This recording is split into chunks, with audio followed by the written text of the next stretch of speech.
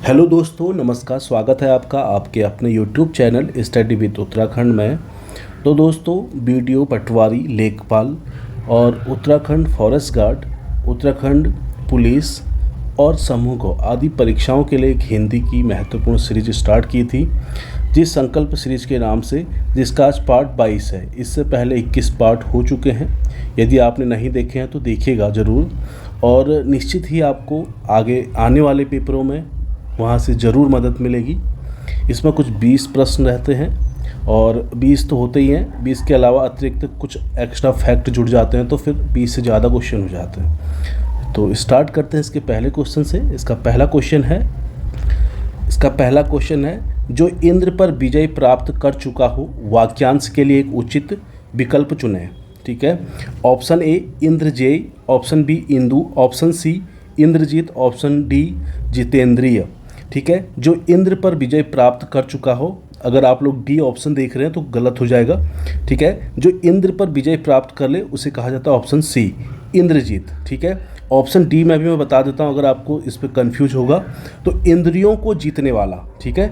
इंद्रियों को जीतने वाला, जिसने इंद्रियों को जीत लिया होगा उसको क्या कहा जाएगा? जितेंद्रिय। ठीक है। और यहाँ पे इंद्र की बात किया, जो इंद्र पर विजय प्राप्त कर ले उसे इंद्रजीत। ठीक है। ऑप्शन सी इसका बिल्कुल सही आंसर है। अगला क्वेश्चन देखिएगा, क्वेश्चन नंबर 2। तो क्वेश्चन नंबर 2 में कहता है, ईश्वर तुम्हें दीर्घायु दे, अर्थ के आधार पर वाक्य का भेद बताइए। ठीक है। अर्थ के आधार पर सबसे पहले मैं बता दूं, वाक्य के कुल 8 भेद होते हैं। ठीक है। 8 भेद होते हैं। और यहाँ पे क्या पूछ रहा था? ईश्वर तुम्हें दीर्घायु दे, तो कौन सा इसका सही अर्थ होगा बताइए। तो ये है आपका इच्छावाचक वाक्य। ऑप्शन सी इसका बिल्कुल सही आंसर है। ठीक है। मेरी इच्छा है कि ईश्वर आपको दीर्घायु दे। ठीक है। तो इच्छावाचक वाक्य होगी। ठीक है। अर्थ के आधार पर बता दिया मैंने, 8 प्रकार के वाक्य होते हैं। एक तो प्रश्नवाचक हो गया, एक विस्मयवाचक वाक्य हो गया, एक इच्छावाचक हो गया, एक निषेधवाचक हो गया, एक आपका आज्ञावाचक आ जाता है। ठीक है। जिसमें आज्ञा का होता है। ठीक है। आज्ञावाचक वाक्य। इसके अलावा एक हो गया आपका संदेहवाचक वाक्य। ठीक है। अर्थ के आधार पर पूछेगा तो, ठीक है, अर्थ के आधार पर। अगर रचना के आधार पर पूछेगा तो दूसरा हो जाएगा। 3 होते हैं। ठीक है। संयुक्त, सरल और मिश्र वाक्य, वो अलग चीज़ होगी। ये अर्थ के आधार पर पूछा है तो 4 तो ये लिखे थे ऑप्शन में, 2 ये हो गए, 4 और 2 6। इसके अलावा एक आपका विधानवाचक आता है, विधानवाचक वाक्य। ठीक है। विधानवाचक के अलावा एक संकेतवाचक।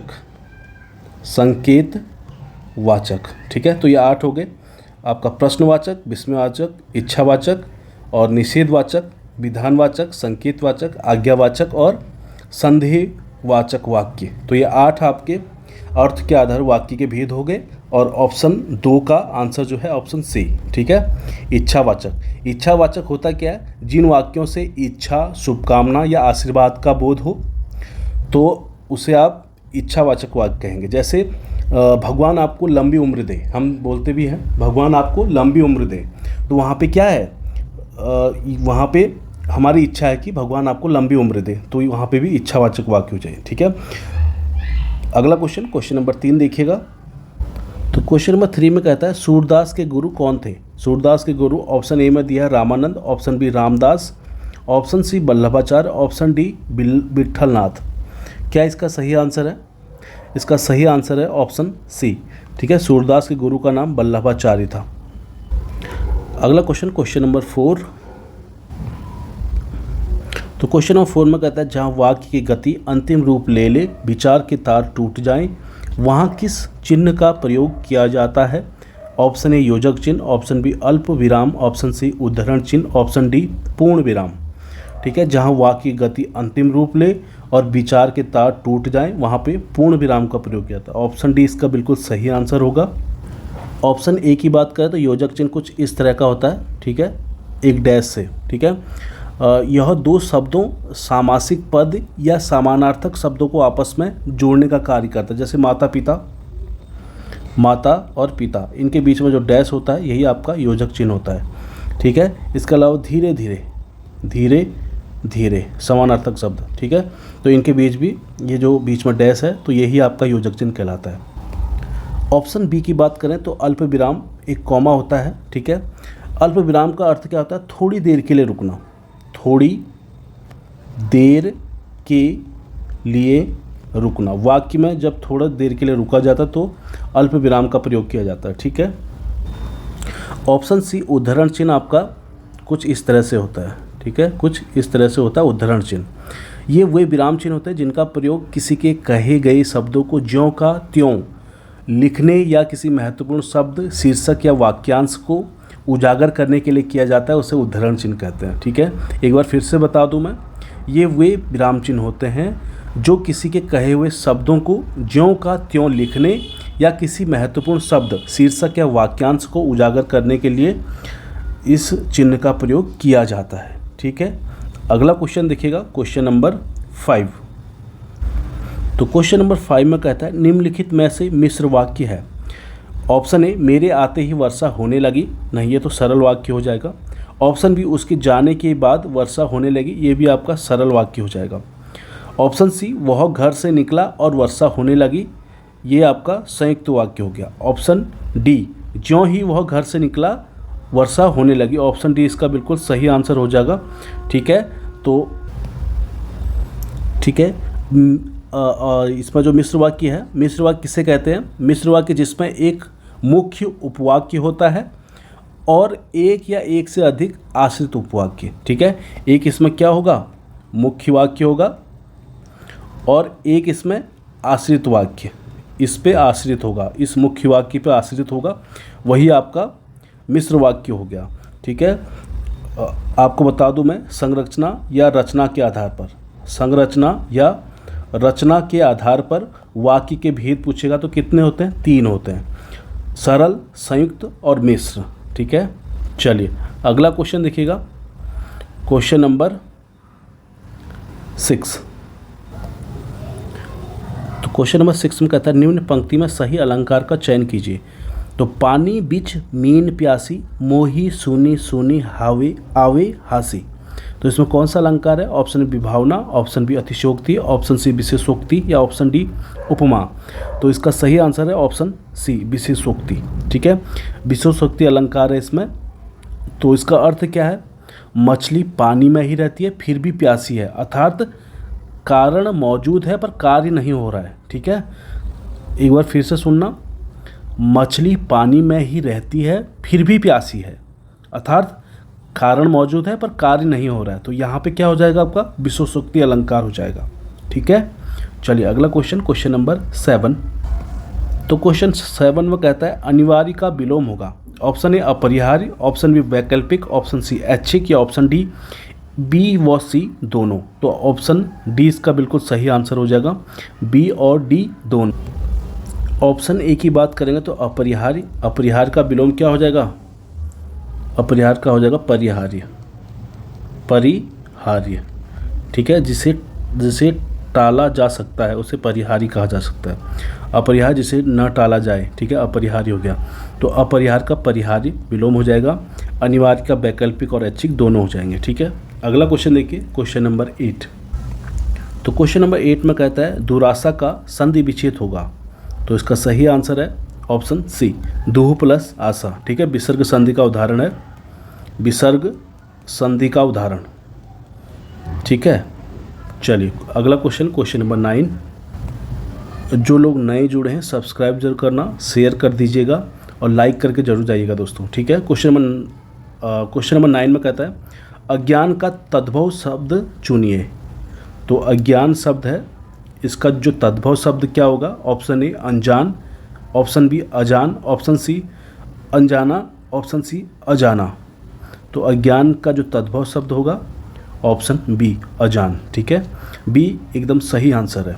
अगला क्वेश्चन, क्वेश्चन नंबर 10। तो क्वेश्चन नंबर 10 में कहता है ढाई अक्षर प्रेम का पढ़े सो पंडित होए, इन पंक्तियों के रचयिता का नाम बताइए। ठीक है, तो किसकी पंक्ति है? Option A Mirabai, option Kabirdas, option C Tulsidas, option D Jayasi. तो किसके हैं ढाई अक्षर प्रेम का पढ़े सो पंडित होए? तो ऑप्शन बी इसका बिल्कुल सही है, संत कबीरदास जी का ये पंक्तियाँ हैं, ठीक है। इससे पहले पोथी पढ़ी पढ़ी जग मुआ पंडित भया ना कोई, ये है। उसके बाद था 2.5 अक्षर प्रेम का पंडित सो पंडित होई, ठीक है। ऑप्शन बी इसका बिल्कुल सही आंसर है। अगला क्वेश्चन नंबर 11। तो क्वेश्चन नंबर 11 कहता है निम्नलिखित में से कौन सी पुस्तक प्रेमचंद द्वारा लिखित नहीं है। तो कौन सी नहीं है? ऑप्शन ए कायाकल्प, ये तो बिल्कुल है। ऑप्शन बी जय पराजय, ये नहीं है। ऑप्शन सी रंगभूमि भी है। ऑप्शन डी प्रेमाश्रय भी है, ठीक है। ऑप्शन बी जो जय पराजय है ये किसकी है? ये उपेंद्र नाथ अस्क की, उपेंद्र नाथ अस्क की। मुंशी प्रेमचंद की बात करें, मूल नाम आता है इनका, मूल नाम क्या है इनका? मूल नाम तो धनपत राय, धनपत राय, ठीक है। इनका जन्म आता है कभी कभी, तो कब हुआ था? 31 जुलाई 1880 को जन्म हुआ था, ठीक है। और अगर मृत्यु आएगा, मृत्यु तो कब? 1936 में, ठीक है। 56 वर्ष की आयु में इनकी मृत्यु हो जाती है, ठीक है। और इनका उपनाम आएगा, तो उपनाम क्या क्या था? उपनाम एक तो आपका प्रेमचंद हो गया और नवाब राय, नवाब राय। मूल नाम था धनपत राय, अलग अलग है। उपनाम पूछेगा तो नवाब राय और प्रेमचंद, मूल नाम पूछेगा तो धनपत राय, ठीक। और इसके अलावा गोदान भी इनकी एक रचना थी, गोदान। गोदान के अलावा और क्या थी? एक कर्मभूमि, कर्मभूमि ये भी इनकी थी, ठीक है। मानसरोवर, मानसरोवर ये भी इनकी एक रचना थी। इसके अलावा ईदगाह, ईदगाह भी इनकी रचना थी। इसके अलावा गबन, गबन ये भी इनकी रचना थी। शतरंज के खिलाड़ी, बहुत इंपॉर्टेंट है, शतरंज के खिलाड़ी ये भी इनकी एक रचना थी, ठीक है। और बाजार ए हुस्न, बाजार ए हुस्न एक ये भी इनकी रचना रही है, ठीक है। अगला क्वेश्चन देखिए, क्वेश्चन नंबर 12। गोदान लिख दिया था, इसमें लिख दिया था, ठीक है। तो अगला क्वेश्चन नंबर 12 देखिए। तो क्वेश्चन नंबर 12 में कहता है गरीबों की सहायता करो। गरीब शब्द क्या है? ऑप्शन ए विशेषण, ऑप्शन बी विशेष्य, ऑप्शन सी जातिवाचक संज्ञा, ऑप्शन डी भाववाचक संज्ञा। तो गरीब शब्द था इसमें जाति, किसी के जाति को बता रहा है, ठीक है। जातिवाचक संज्ञा हो जाए गरीब। अगला क्वेश्चन देखिए, क्वेश्चन नंबर 13। तो क्वेश्चन नंबर 13 में कहता है अश्व का पर्यायवाची नहीं है। तो कौन सा नहीं है? अश्व का पर्यायवाची नहीं है। ऑप्शन ए तरंग, तो तरंग ही नहीं है। अगर यहाँ पर तुरंग होता, तुरंग, तो ये घोड़े का जरूर हो जाता, तो तरंग नहीं है। ऑप्शन बी घोटक है, घोड़ा है, हय है। इसके अलावा बाजी, बाजी भी घोड़े का आता है, बाजी हो गया, ठीक है। सैंधव, सैंधव भी किसका है? घोड़े का हो गया। इसके अलावा रविपुत्र, रविपुत्र भी घोड़े का हो गया। हरि, हरि भी घोड़े का हो गया। तुरंग, तुरंग भी घोड़े का होता है। जो तरंग है ये किसका होता है?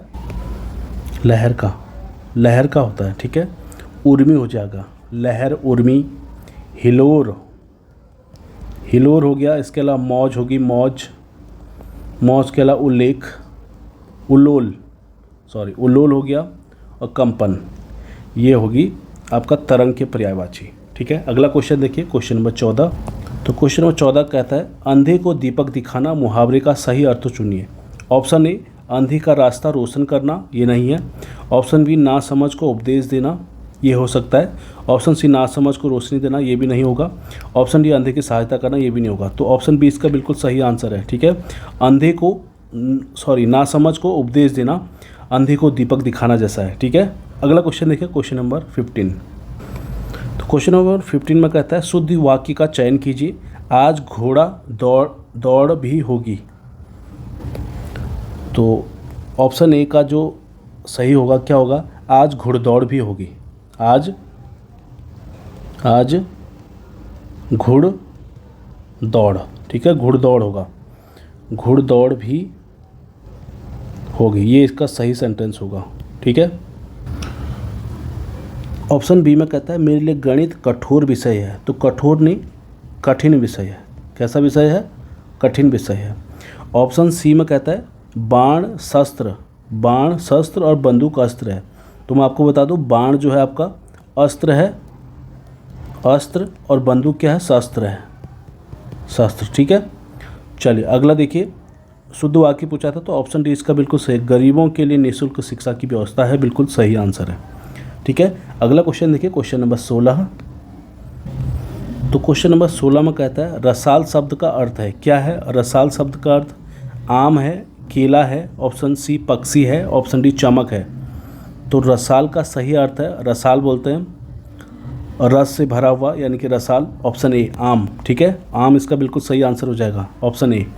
अगला क्वेश्चन, क्वेश्चन नंबर 17 देखिए। क्वेश्चन नंबर 17 का जातिवाचक शब्द संज्ञा शब्द है, ऑप्शन कामायनी, नहीं ये तो आपका व्यक्तिवाचक होगा।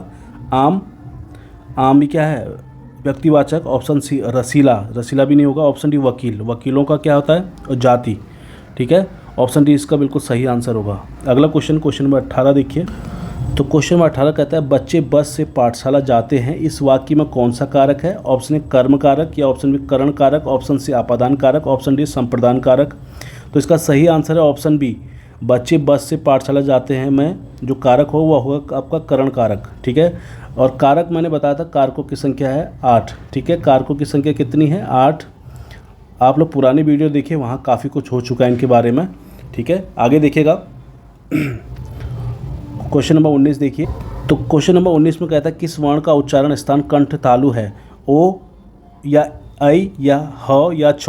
तो इसका सही आंसर है जो कंठ तालु है तो ए जो है, सॉरी ऐ बोलते हैं इसको। ठीक है, ऐ जो है आपका कंठ तालु है, और ओ जो हो जाएगा इसमें ओष्ठ हो जाएगा, ओष्ठ। ह क्या हो जाएगा इसमें? कंठ से आता है, कंठ से ह आता है, और छ आता है आपका तालव्य से। ठीक है, और तालब यानी कि तालु से। ठीक है, अगला क्वेश्चन, क्वेश्चन नंबर 20 देखिए। तो क्वेश्चन नंबर 20 में कहता है निम्नलिखित में से संकर शब्द कौन सा शब्द है? ऑप्शन ए नारिकेल, ऑप्शन बी चुगलखोर, ऑप्शन सी आतिशबाजी, ऑप्शन डी लफंगा। तो इसका सही आंसर है ऑप्शन बी चुगलखोर। ठीक है, ये इस वीडियो का आखिरी क्वेश्चन था दोस्तों, मिलते हैं अगले वीडियो में। Thank you.